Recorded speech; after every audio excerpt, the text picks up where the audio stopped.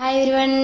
దసరా నవరాత్రుల్లో భాగంగా 9 రోజులు 9 ప్రసాదాల సిరీస్లో డే 5 శ్రీ లలిత త్రిపుర సుందరి దేవి అమ్మవారికి ఈరోజు బంగారు రంగు చీరలో దర్శనమిస్తారు. అమ్మవారు ఎర్రటి కలువ పువ్వులతో అమ్మవారికి పూజ చేస్తారు. నైవేద్యంగా దద్దోజనం, పరమాన్నం ఇలా పెట్టుకుంటారు.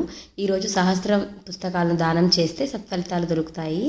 అలాగే అమ్మవారికి పూజిస్తే కీర్తి ప్రతిష్టలు కలుగుతాయి. మొదటి 3 రోజులు కానీ లేదా తర్వాతి 3 రోజులు లేదా చివరి 3 రోజులు చేసుకోవచ్చు వీలును బట్టి. ఈరోజు ప్రసాదంగా దద్దోజనం అని చెప్పాను కదండి.